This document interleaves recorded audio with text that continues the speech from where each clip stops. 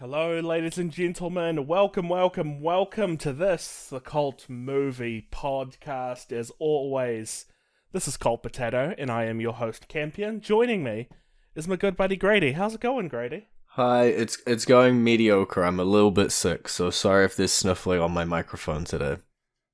Don't apologize, Grady. You don't have to apologize for anything, okay? Now, This feels like in stark contrast to last week where we started off with you yelling at me for picking the wrong movie. yeah, it's like yeah. I don't think this is a cult classic. Blah blah blah. Yada yada yada. Let's just skip that whole rigmarole. What film are we covering today, Grady? It's Pulp Fiction, Campion. Yes, the seminal classic, of course, the breakout hit by Quentin Tarantino, very famous and much beloved director. Of course, he had done other films before this. I believe Reservoir Dogs had come out before this. Yes, he did.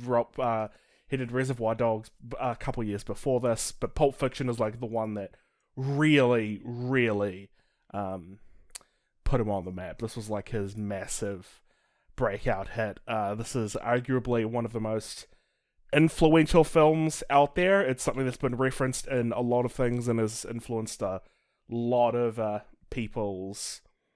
It's influenced a lot of other filmmakers and creative people. Like even when I was a kid, like I noticed this while watching this film. You know, I picked up on references to various things I'd seen over the years. Yeah, very famous, very beloved movie. I remember this one quote. I think I was like from RZA from the Wu-Tang Clan. He was saying about how like this was one of his favorite movies. So I was like a huge influence for him. You know, whenever this comes on TV, he's just gotta watch it. I may be misremembering that, but I know that this is a beloved film by a lot of people. So Grady. Yeah, I was a little shooketh that you hadn't fully, sat down and seen it. No, I've never seen this movie before. Have you seen it before? No, I hadn't going into this, but that's kind of to be expected from me. You're the movie guy.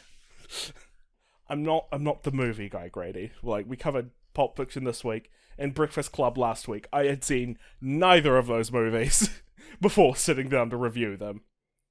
Well, hopefully you've seen next week. Or not. It doesn't really matter. Who knows? Who knows?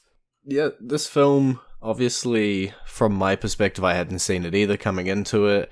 I didn't know, how the story was going to be told, the fact that it's, chunked up and out of order and all of that. And there was just so many things that you'd keep seeing, like, as you're saying, like, obviously the John Travolta, Uma Thurman twist dance scene, the confused Travolta meme was great to see. And you just keep seeing actors, like, just one after another of, like, really cool actors that you've seen in other things. And, I think maybe I didn't appreciate how influential, like, I knew it was a big and popular film, but I didn't realize, I guess, how much of other filmmaking and things were drawn from this part. Yeah. I mean, just to quickly rattle off some names, John Travolta, Samuel Jackson, Uma Thurman, Tim Roth, Bruce Willis, like, Ving Rhames. There's a lot of like high profile people in this. My first note of this film, and I only took 5 of them, and I've said most of them already, was just Tim Roth's in this! Exclamation mark. Yeah, I was surprised that Ving Rhames was in this because I knew you know about like John Travolta, Samuel Jackson, Uma Thurman. I had no idea Ving Rhames was in this, or Bruce Willis. Oh yeah, I had no idea Bruce was in. Yeah, especially since he's like one of the main characters of the film, so... Yeah, I'd say he's in, like, top 4 for sure. And that's where I guess the storytelling elements of this film came from. We kind of got told, like, 3 different stories almost that converged and intertwined, and, we had the one centered around John Travolta and Samuel L. Jackson, or, Vincent and Jules doing their job. We had the one centered around Bruce Willis, Butch the Boxer, and then we had the one with Tim Roth and Amanda Plummer, Pumpkin and Honey Bunny, holding up this restaurant, which is obviously a much shorter one, but there were these sort of intertwined storylines for sure. Yeah. Also, just to interject here quickly, I genuinely thought Ving Rhames was dead. I just googled him. He's still alive. All these years, I just assumed he was dead. Look, there's a couple of months between recording and playing, okay? You could look really foolish. That's true. But no, he's still alive and he's still working, so... Good for him. Okay. Yeah. Whoops. But I guess, where do you start on a movie like this? So many different pieces. Some pieces I don't want to touch with a 10-foot barge pole, and I'm sure you can guess those ones, but yeah. Hey, there's some parts we can definitely start with for sure. Well, okay. So, yeah, because it's, I think Tarantino's done because this is, funnily enough, this is the only Tarantino movie I've ever seen. A lot of what I know about him is through Reputation, like especially in regards to his other movies. From what I've heard, he likes to do the whole non-linear film thing, like in a bunch of his other projects. Like I think Reservoir Dogs does the same thing, where you take the story, you chop it up into bits, and then you mix them all around. Okay, obviously it's less haphazard than that. There's an actual rhyme and reason to it, but yeah, that he does that kind of thing. So, I suppose one way to describe this, like the narrative structure of this film, I say reading off the Wikipedia article. Of course you are. Of course I am. What, you expect me to have my own opinion, Grady? You expect me to analyze this with my own intellectual merits? Come now, Grady. It has like a kind of circular narrative, where we start off with the diner, and then we just kind of we go around the other things, and it just kind of... it's difficult. It's difficult. If I had a chart, Grady, I could explain this very well. Actually, have you ever seen Cloud Atlas? I haven't, no, just to make this even harder for you. Oh, goddamn. Okay. Cloud Atlas is probably a bad example, but it circles back around to the diner, alright? It's probably the best way that I can explain this. We get the various points of the story are definitely, as I said before, they're definitely in a non-linear fashion. Like different points different parts of the story are at different points in time. Like the prologue of the diner is spoilers for like the 5 people who don't know this. Like even going into why this, are you listening to this podcast? Going into just go watch the movie. Going into this, I was aware that the diner, the prologue, is actually would actually show up again at the end of the film. I was aware that the diner confrontation is sort of how the movie ends. I didn't know that, but like timeline wise as well, that's almost smack dab in the middle. Like, even though it's like the climax of the film, it is not the last events in the timeline for everything. That's just how jumbled it all is. Again, with rhyme and reason. Yeah. If anything, the bit in the middle with Butch is the last thing in the timeline. Yeah. I think Butch riding off into the sunset is the last thing. Yeah, but it happens like in the middle. Like that has to be the final thing because, again, spoilers. John Travolta's character Vincent gets murked in the middle of the film, and then he shows up fine later on because non-linear, and you get introduced to like a bunch of like plot points that would show up later on, but they kind of introduce it to you early on, so you're like, oh, they're not in the suits anymore. Now they're in these weird baggy, dorky kind of clothes. That's okay. That's a bit odd. And then later on in the film, you see it's because they had to change because they got a bunch of blood and stuff on them. Which, okay, that probably is jumping a bit ahead. But that bit at the end. Not the diner part, kind of, but the part where they have to go ahead and clean themselves off and stuff. That was honestly my favorite part of the movie. With the wolf. Yes.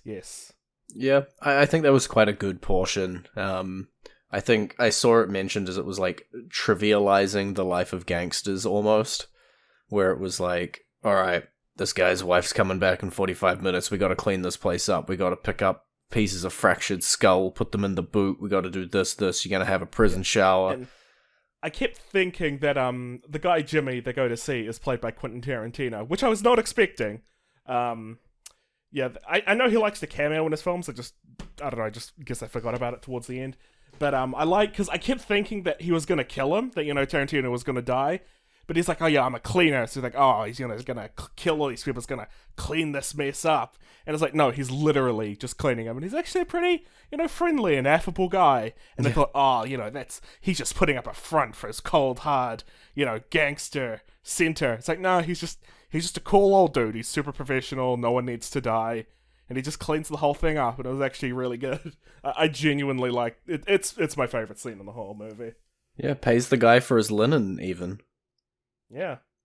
Quite a bit for his linen, I believe. Enough to do a whole new bedroom set. And to be fair, if you want to keep people's mouths shut, giving them a bunch of money is probably a good way to go. It's a lot better than just stealing their linen and causing a bunch of stress, for sure. And besides, if they'd killed him, then the cops start looking into it. And then you got a whole nother mess on your hands. Just, pay him off and then... Yeah, because his wife would have come back from the shift at the hospital and been confused where her husband went. And then they'd have to kill her, and that's a whole other thing. Then she wouldn't show up to work, and then that would be an investigation. It's way easier to just murk some random dude in the back of a car accidentally and kind of just get away with that. Yeah, that... I knew the whole because I shot Marvin in the face is another, famous quote from this movie. So when they introduced a guy called Marvin, I'm like, oh, he's getting shot in the face. Was not expecting it to happen like that. That was so absurd and violent that I just kind of just started laughing. Yeah, one of my partners got up and, I think, made a hot chocolate or something at that point in the film. And came back and Marvin was, dead and was so confused what happened. And I was like, look, Vincent just shot him. It just happened. Yeah, well, he wasn't so much dead as much as he was splattered all over the backseat of the car. Yeah, it's like dead plus. Yeah, and it's funny, while John Travolta's character, Vincent is looking over the back talking to Marvin, and he's got a loaded gun and he's just, kind of casually waving it in his face, and I'm thinking to myself, that's not safe. That's really dumb. Oh, movies, ignoring basic gun safety. And then it goes off and kills them. And we're like, oh, well, yeah, that's what happens. Yeah. That's what happens when you ignore basic gun safety. Yeah, for once they actually showed the, the repercussions of doing such a thing. Yeah. And it's difficult to not jump around in this thing because we're talking about, one of the last things that happens in the movie, at the beginning of the review. But it's... Yeah, because, okay, just to kind of bring us back on track, when I first, going into this movie, the impression I had, because I knew this was about, crime and gangsters, and I thought this was going to be, another movie kind of, glorifying, what it's like to be a criminal. It's like, oh yeah, they're really cool, and so look at these two guys, they're walking in with these suits, oh man, look at it, showing off how cool they are, but it spends, the first bit of screen time we have with Vincent and Jules, who's Samuel L. Jackson's character, they're just kind of shooting the shit about just random garbage. Would you give a foot massage to a dude? Yeah, and it's throughout the film it's quite obvious that Vincent, aka John Travolta, is ludicrously incompetent at his job. He does a lot of just dumb stuff, there's the aforementioned he shoots Marvin, the part where his character dies.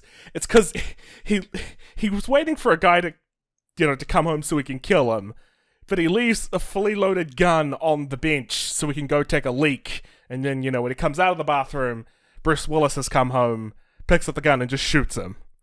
He's really bad at his job, and Jules is a lot better, which is why I think towards the end of the film, he mentions that, which I guess is technically in the middle of the story, he mentions that he's, getting out of the game.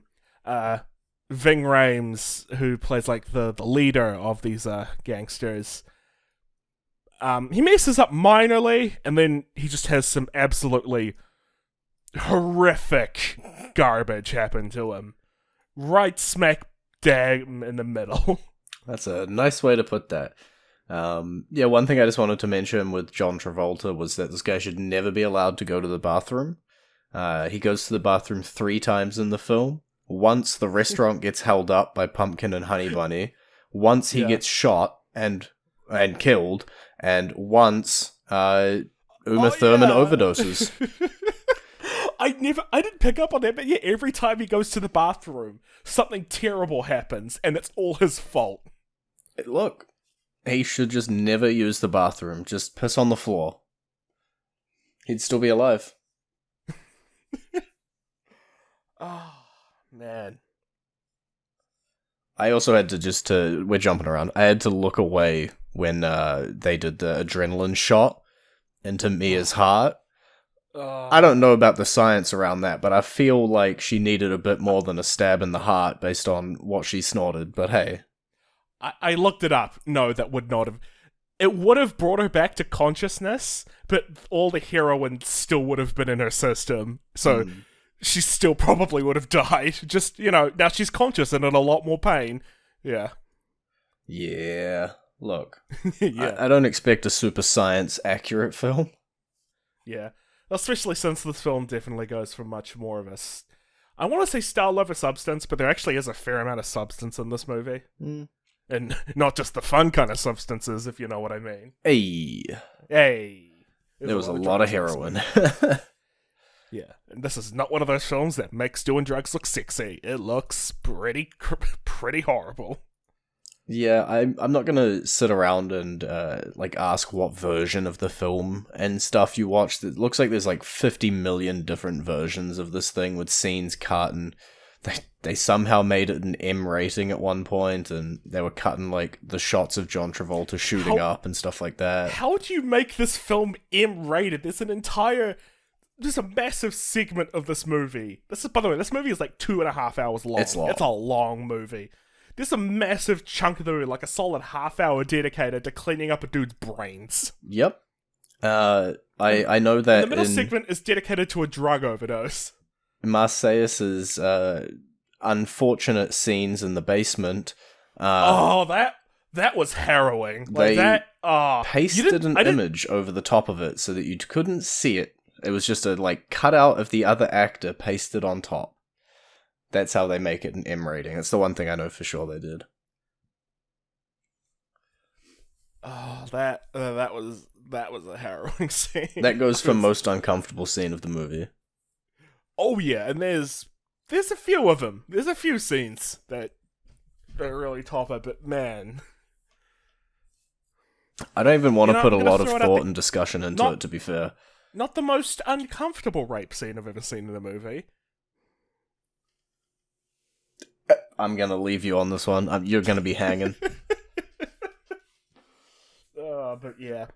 It's, I suppose, that desperately trying to bring us on track, which we're never going to be with this movie. I think it's just going to be a lot of jumping around. No, we're already 20 minutes into it, all over the place. Yep, we're already 20 minutes into this. I'm going to have to ask, because I in my head, before we sat down to record this, I got it in my head of what I thought. Because something that I've noticed that as we do this show is that I just try to guess how you're feeling about certain portions of the film or what your opinion of the film as a whole is going to be. And I've got that in my head now. I think I've got a pretty good handle on, or at least before we started recording, I had a pretty good handle of what I thought you were going to think of the movie. But now I'm not so sure. So Grady, what did you think of this movie? Do you like this movie? Do you like Pulp Fiction? I think that it's a pretty solid film, yes. Okay. Did you think I was going to hate the film? I thought you were going to hate the film. It's got its moments for sure, but it was, in contrast to last episode's movie, there's always just a lot of stuff going on. It was one that I was able to dig a little bit into explained and theory videos and stuff like that afterwards as well, which we'll get to towards the end, but contextually it's just a very dense movie. Yeah, there's just so much stuff happening, and even though I wasn't a huge fan of the jumping around, it all tied together in the end, so I was quite happy. Yeah. I think that's because I'm kind of with you on this one, because at first I wasn't, because I knew that it was going to be jumping around a bit, and the non-linear stuff I generally don't go for. But I think the way that it's, by about the midpoint, I was really into this movie. And like once it started tying everything up at the end, it was just like, oh man, this is actually a pretty solid experience. I think that the part with the first part, specifically with John Travolta and Uma Thurman's character, is probably my least favorite part of the movie. But I'm not sure if that was just me kind of getting into the movie, like really getting into it, or if it's just because it was just the weakest part of the film. No, I definitely agreed with you. That was, yeah, I wouldn't say a bad part of the film. Yeah, just the worst part from all of the sections. It just didn't have as much going for it. Yeah, the other parts definitely felt stronger to me. Samuel L. Jackson carried any scene that he was in. He was absolutely amazing. Not just in this movie, just any movie he's in. Full stop. The Bruce Willis or the Butch boxing stuff was pretty good. As you say, the cleaning up Marvin and the whole ending of the film was really good as well, which unsurprisingly had Samuel L. Jackson in it. And so, yeah, I don't know, John Travolta and Uma Thurman clearly had a lot of chemistry, and their bits were still good. I just wouldn't rate it as highly as I'd rate the other chunks of the film. Yeah. I think that because it does mostly... Even though, of course, we have the very famous,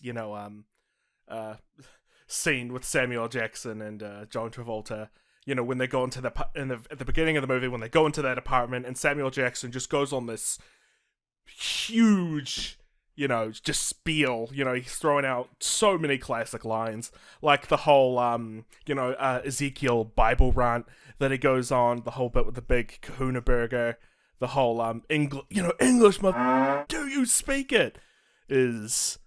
I've heard that quoted so many times, so many goddamn times over the years. Yeah, I feel like everything he said was a quote that I've heard. Again, not just in this movie, but just his career as a whole. Samuel L. Jackson is definitely very quotable for sure. And you threw it out there with the whole English line and stuff like that. There is a lot of mother effers thrown in this film. They go through most of the swear words I know. They even dipped into a few of the more obscure ones that I didn't think would go off. Some that I'm not even sure if I can say on this podcast, because I know the F. I'm saving you the trouble because I know you have to censor it. Thank you. The F word I can't say on here. The N word I just can't say in general, for obvious goddamn. So many hard R's. Oh, I'm as white as an Irishman. I'm not even gonna try. I'm not even gonna try. And I guess that was the point. There's a lot's been said on Quentin Tarantino and his use of the N word, and there's a lot there, and I know that even like Samuel Jackson has backed him up a lot on this. And if there's anyone who can give you the N-word pass, I think Samuel Jackson is probably, yeah, the big one. It's a big one. I think you're under no illusion from the opening story narrative from Tim Roth in that diner, right? Like, they were pretty clear there. I kept harkening back to our Breakfast Club discussions where we were like, oh, it was an 80s film, it was an 80s film, it was an 80s film. Yeah. And I was like, okay, I guess it's an 80s film, it'll be fine. And I'm like, 1994. I'm like, you're on the cusp, buddy. Yeah. I think that the whole thing is that these are pretty just awful and terrible people. So, even though, it's the 90s, it's like, this is a bit kind of iffy language. It's the whole thing is that these are very just awful and horrible people in general. Oh yeah, I don't think anybody was a good person in this film. No, the best person you can argue is Fabienne, Butch's wife. Mm-hmm. Who even then, she's not a great person. She just doesn't do anything outwardly bad in the film. She's just good by virtue of just being kind of useless. Everyone else is just horrible. Well, actually, Marvin was pretty solid. Marvin ratted out his friend. True. But he also got his brains blown out. Yeah, unfortunate end. Yeah. And I guess it was kind of funny. It was kind of funny. It got blown out. It was pretty funny. We're like 25 minutes in. Here's the question I'm going to throw to you, right? Mm-hmm. The whole film, minus the restaurant scene, opens up. It's Vincent and Jules busting into a house they've got an informant, Marvin, who ratted them out. There's like 3 or 4 other people in this room. They kill them all in the end. They take a briefcase. What was that all about? What was that central plot point for this entire film? What was actually happening there? Okay, calling it a central plot point that's stretching it. The briefcase appeared everywhere other than the Butch storyline. It's one of those things that it honestly doesn't matter. Like, it's one of the great mysteries of cinema. What's in Pulp Fiction's briefcase? That's something that I knew about way before I saw this movie. Based purely on the Community scene, that was most of my knowledge of Pulp Fiction, which is why this is on the Community season of Cold Potato. And I learned about the what's in the briefcase piece there. It's a lot of people have talked about this. I'm sure there's a plethora of YouTube videos out there. I watched them. Tarantino himself has said that it doesn't matter. Like, he left it ambiguous on purpose because the mystery is what makes it interesting. And it doesn't really matter what's in there. It only matters that people want it. So he didn't really need, to explain what was in there. Here we go. I'm going to give you the wackiest theory I found. Oh, here we go. Strap in. Comments at the end, please. Keep your comments till later. Alright. So the briefcase opened up with 666. That's because the briefcase belongs to the devil, and the people that were in the house, Marvin included, were demons. And inside the briefcase is Marseilles' soul, which in some versions of text is sucked out through the back of your neck, where he had a bandage. And yeah, there you go. That was the wackiest one. Interesting theory. Although, Ving Rhames' bandage on the back of his neck was never planned. It was just an accident in Tarantino. He cut himself while shaving his head. So Tarantino saw him, he had it on the set, and he's like, "Oh, that's cool. Keep it." Oh yeah, 100%. But I like the theory. It's an interesting theory. Like, it's better than it's gold or diamonds. Well, okay, it can't be gold because there's no way their briefcase is that heavy. It's yellow cake uranium. That was another one I saw. That would explain why everyone just becomes just dumbasses at random points in the movie. They're just suffering from radiation poisoning. Yellow cake uranium's half-life is so long that it won't actually cause any effects. You can touch it. Well, I didn't know that, Grady. Only one of us has the STEM major. Yeah, and I learned that from a YouTube video. I'm the psych major, Grady. I don't know these things, okay? Alright, well, break down an analysis of Vincent Vega, then. I did earlier in the thing. That's He's true. useless. He's a dumbass. Do you need any more than that? Yeah, no. He left a fully loaded submachine gun on the table of the guy that he wants to kill. He's a moron. He really is. An interesting moron, though. I think this is the only film with John Travolta that I've seen that I've actually liked him in.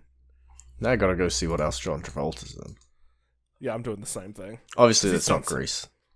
He's done some garbage. I'm fully aware of that. Oh, he's still going. Yeah, he's still going. He's done some... This list is so long. He's done some terrible stuff. Alright, so far the only thing on here I recognize is Grease. Yep. I know he did... Didn't he do, like, Saturday Night Fever or something? Yeah. That was old. Saturday Night Fever was before Grease. Yeah, that was the 70s. I think he was an actual teenager when he did that. Quite possible. Yeah. I'm gonna leave it as just that, because I don't recognize any of these. Oh, Hairspray. Alright, that was garbage. Oh, I forgot. Battlefield Earth. He did the classic Battlefield Earth. No. Oh, I found something else that we can give him, that he did good. He was the voice of Bolt in Bolt. I forgot that he was in that. That was actually a solid movie, yeah. I clicked on it, and on the poster, the two main voices, John Travolta and Miley Cyrus. And Miley Cyrus, yeah. Such a weird combination. Alright, Pulp Fiction and Bolt. The two good things that John Travolta has done.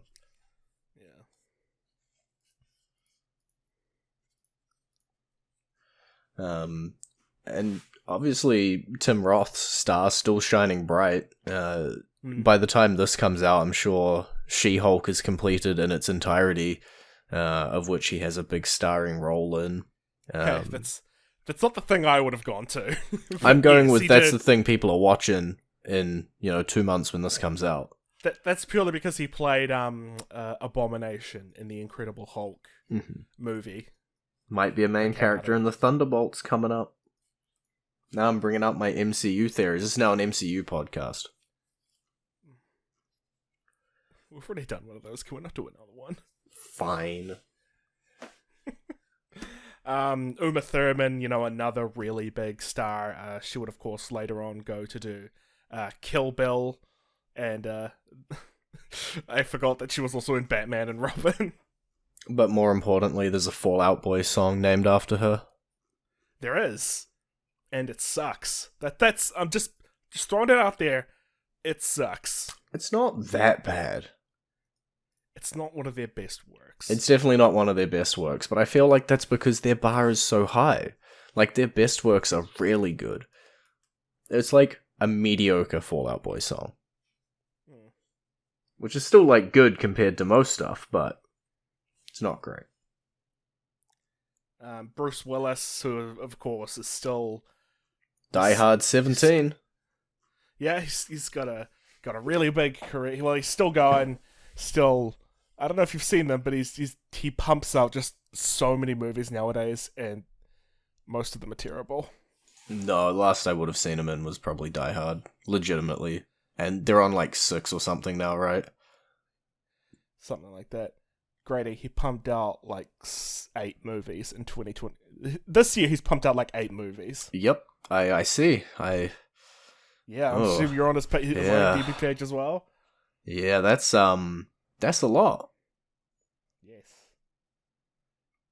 I think it's like what they did with Steven Seagal, where a production company just hires him on the cheap, and they just pump out so many movies, and people just watch them purely based on name recognition. Well, that's what works, right? Yeah. And of course, Samuel L. Jackson, who is in everything. Just also in the MCU is Nick Fury coming up in Secret Invasion, where he will appear once again. But isn't he dead now? No comment. What? No, he's not. I just keep forgetting because so many people died. But no, he's still alive. That's right. He's up in space, hanging out with the aliens. Secret Invasion's going to be a series. Yep. Huh. And we don't know the concept yet. I mean, it looks so foolish when they announce it at D23 with all the storyline, which hasn't happened yet at time of recording. Well, I assume it's going to be based on the actual Secret Invasion series, Grady. So I assume no. Just like everything else they've done, Grady. They'll change things, but the concept is the one thing I'm pretty sure we know right now. Nah. I'm not going to get into the MCU podcast. It's just going to be a Skrull invasion, Grady. It literally can't be anything else. It's in the name, Secret Invasion. What else are you honestly expecting?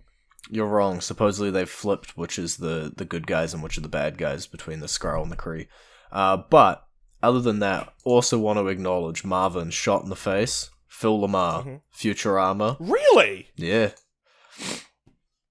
Not just Futurama. Phil Lamar's been in. Oh yeah, but everything. Futurama is important. That's not like that's going to come up in 6 episodes. He's Samurai Jack as well. He's done a lot of things. Yeah. Oh man. But he's known for I did Pulp not Fiction. know that. Oh well, yeah, he was Marvin. Holy crap. I was thinking, it was just oh man, bet that guy didn't play Marvin. He probably didn't go anywhere. His career didn't go anywhere. No, he's been in literally everything. Yeah, Futurama. Okay, every animated thing. Everything from Bob's Burgers to... I'm pretty sure he was in Rick and Morty, right? I know he was in Family Guy. He played Ollie. He was in 3 episodes of Rick and Morty. Okay. I didn't even know that. I just threw it out there.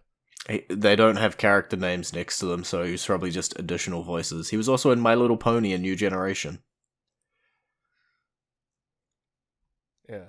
Did you, oh, and it's Pony and a bunch of other ones. Bob Burgers, Animaniacs. Yeah, just everything. Just If it's animated, he's been in it. Yeah. But I think that, Hermes Comrade from Futurama and Samurai Jack are probably his two most famous roles. Well, voice roles. Obviously, Marvin is another one. Marvin's not that important. You didn't even know it was Phil Lamar.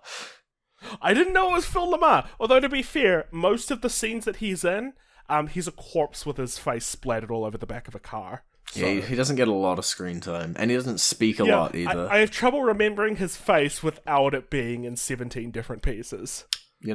That's entirely fair. Where do you want to go with this movie at this point? Because I feel like we're 40 minutes in, or not even that, 35 minutes in, and you got so much film. It's so difficult to talk about it in a structured way, especially with the style that because we do our podcast. Because usually, we go scene by scene and we go through it, but it's but this jumps around a lot. Okay, great. Well, why don't we talk about your favorite scene in the movie, the hillbilly pawn shop scene?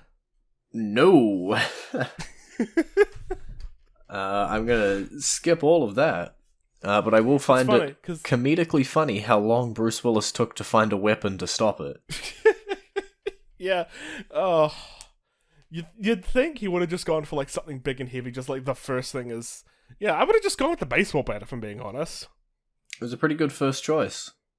Yeah. Instead he spends a whole 2 minutes waiting. It's literally just a club.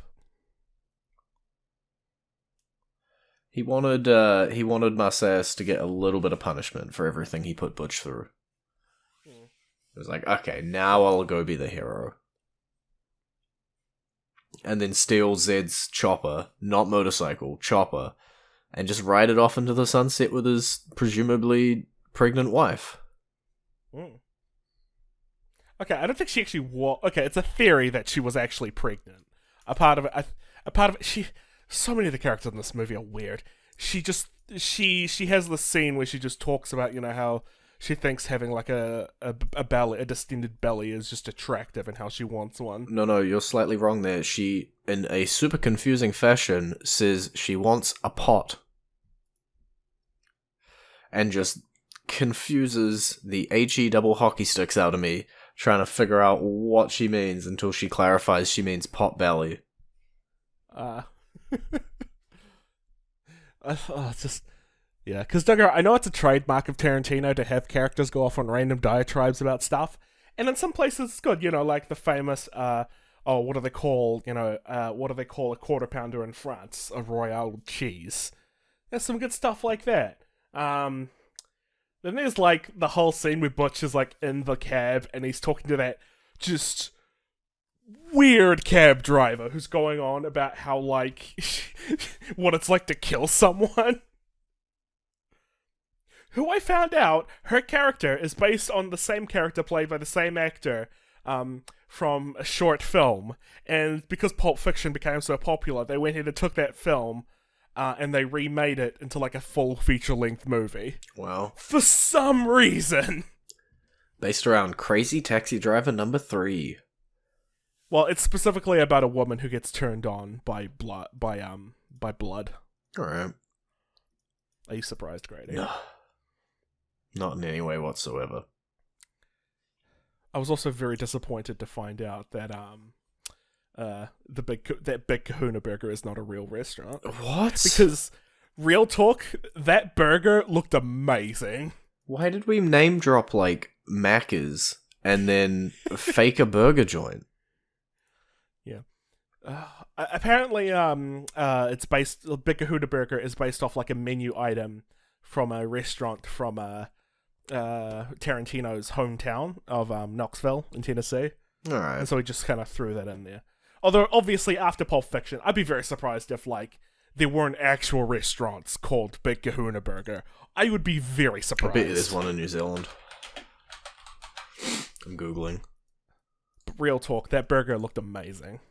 I remember there was a Binging with Babish video where he actually went ahead and made a Big Kahuna Burger.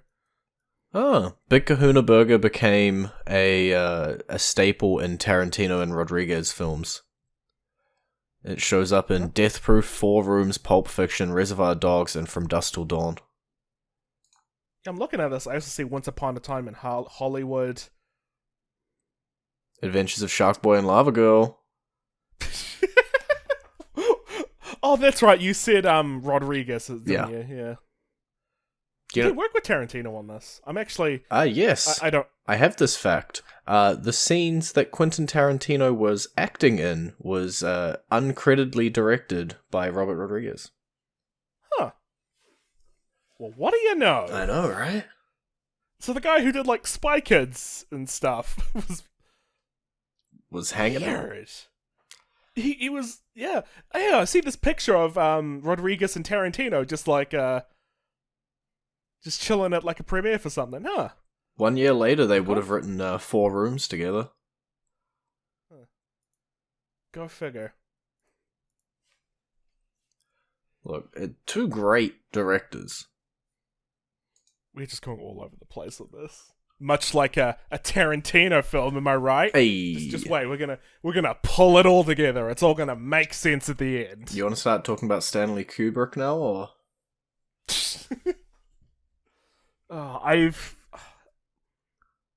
Yeah, man. I've only seen like 2 Stanley Kubrick movies in my life. Oh, which ones? 2001: A Space Odyssey and what was it called? One of the horror. I can't. American Psycho. No, not American Psycho. Just regular Psycho. American Psycho's the one with Christian Bale. Yeah, I haven't seen either of those. Wait, no. Psycho was made by Alfred Hitchcock. I've only seen one Stanley Kubrick movie. That's disappointing for the movie guy. I'm not the movie guy. You're the movie guy. You got a movie podcast. How can you not be the movie guy? Yeah, movie podcast that you're on. Oh, yeah, but I'm not here as the movie guy. You're here as the Grady guy. I'm here as the Grady guy who picks films that are questionably cult classics. And at this point is just picking movies left, right, and center. Anyway, Grady, I feel like this discussion is kind of winding up here. Any last words that you have to kind of tie this whole episode together to really do it up in a neat little bow? No, I think this film is really good. You got to stick with it. Don't give up on it in the first 10 minutes for sure. It is long. Take a break in the middle if you need. Are you really telling people to really stick it out and watch? You know, it gets better for what is widely considered one of the greatest movies ever made. Yes. And, you know, it's, I don't know, a film that maybe you might not think you're gonna like. For me, the 2 people I was watching it with, both my partners, were confused. They did not expect this type of film. They had no knowledge going into it, and they were sideswiped, and that was funny to watch for me. I at least vaguely knew the premise heading into it. But no, overall, decent film. Obviously, there's a reason it's being heralded as a classic, and has a cult following the way it does, and I'm shocked that neither of us had seen it. Yeah. And, you know, glad that it... You know, I'm really glad that it's one of those films gets made. It feels like one of those weird films that you wouldn't expect, like a studio... Because this was distributed by Miramax. You would never expect, like, a big studio to pick it up. I think part of it is because Bruce Willis was attached, and you know that's a big that's a big name actor, and that helps to sell this kind of thing. And you know, I'm just gonna look it up. Hang on, who was the producer who actually got this off the ground? Let me see. Yes, Mr. Harvey Weinstein. Thank you so much. I think we should all just take a step back and just really appreciate what Harvey Weinstein has brought to the world, Grady. Why, there's nothing wrong that I can see with praising Mr. Harvey Weinstein and everything that he did. The funny part was I saw his name on the credits, and I was like, ugh. Just pretend you're not looking. Close your eyes a little bit. He's the one who got this film off the ground. Look, no comment. I'm going to just swiftly move on from this and say, even though it's not going to show it as a box office bomb, get us those figures. sorry, I was reading this, and apparently, Weinstein sexually assaulted Uma Thurman during shooting, so that's awful. I'm not surprised. We all knew the kind of guy. Oh, God. Anyway, yes, And you brought it up. I'm sure many people are aware, this film was ludicrously successful. In 1994, it made $8 million on a budget of $8 million. It made $213.9 million at the box office, and of course, it has seen, widespread release since then. It's been re-released a number of times. The Library of Congress added it to their National Film Registry, much like last week's film, for being culturally, historically, or aesthetically significant. It is widely considered one of the greatest movies ever made, influenced a whole lot of people. It's won a ludicrous number of awards, and by greatest definition, that's the very definition of a cult classic. Did you miss me mentioning that it was a classic with a cult following earlier? I slipped it in there. Is it a cult following if everyone loves it though, Grady? You never watched it, so therefore not everybody loved it prior to this episode. Everybody in the world might love it after this episode, because now you and I have watched it. But prior, there was at least 2 people in the world that hadn't seen it. We're the last people in the Western world who haven't seen this movie. I wouldn't be surprised. Anyway, that was Pulp Fiction. Pretty good movie. I usually don't say this, but I think I actually might check out some of Tarantino's other stuff. I think. Wow. I've been meaning to check out Reservoir Dogs for a long time. I think I should finally get around to doing that. All right. Yeah. Yeah. I wouldn't be. That's actually the next movie, Campion. Bit of a.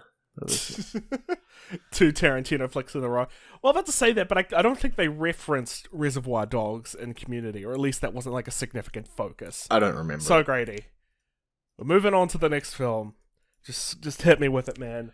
What's the next episode about? Look, the 3rd episode in the Community season, the 4th episode, I'm sure you're gonna love, but we gotta get through the 3rd one first, right? Season 3 of Community. Jeff, he gets knocked out by some gas, starts hallucinating, he sees himself aging, and sees a massive monolith instead of a study room table.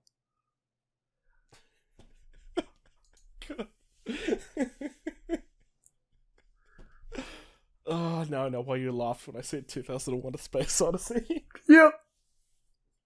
I threw him in there earlier. That's why I asked which films you'd seen. Oh. Guess what other film has been added to the United States Library of Congress for preservation?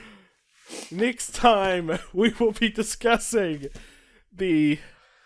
one of the greatest science fiction films ever made, by the seminal director Stanley Kubrick, one of the most beloved directors of all time, 2001: A Space Odyssey. Hope you'll all join us for that. I genuinely thought, when you said Jeff got knocked out, I genuinely thought you were going to say G.I. Joe. Oh, no. That's way too much a normal definition. Look, I promise, the next episode after 2001, it's definitely a cult classic. Okay. Thank you, ladies and gentlemen, for joining us today here on Cult Potato, the Cult Movie Podcast. As always, I am your host, Campion, joined by my good buddy Grady. This has been the Lexicon of Law, and we hope to see you all next time.